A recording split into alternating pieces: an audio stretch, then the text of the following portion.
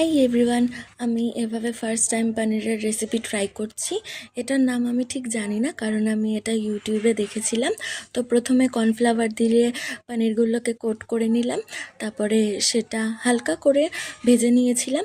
তারপরে এখানে টমেটো বাটা, তারপরে পেঁয়াজ বাটা, আদা রসুন বাটা ছিল, আর এখানে যে হলুদ ছিল হলুদটা আমি দিইনি।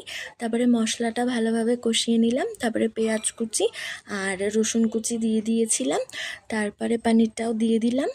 তারপর ভালোভাবে কষানোর পরে আমার কাছে যেহেতু সয়া সস ছিল না, তাই জন্য আমি একটু চা নিয়ে ওটাকে ভালোভাবে ফুটিয়ে ওটা সয়া সস হিসেবে দিয়ে দিয়েছিলাম। তারপরে একটু সস আর কর্নফ্লাওয়ার জলের মধ্যে গুলিয়ে ঢেলে দিয়েই নামিয়ে নিলে রেডি। খুব ভালো হয়েছিল, আমার ভাইয়েরও খুব ভালো লেগেছে।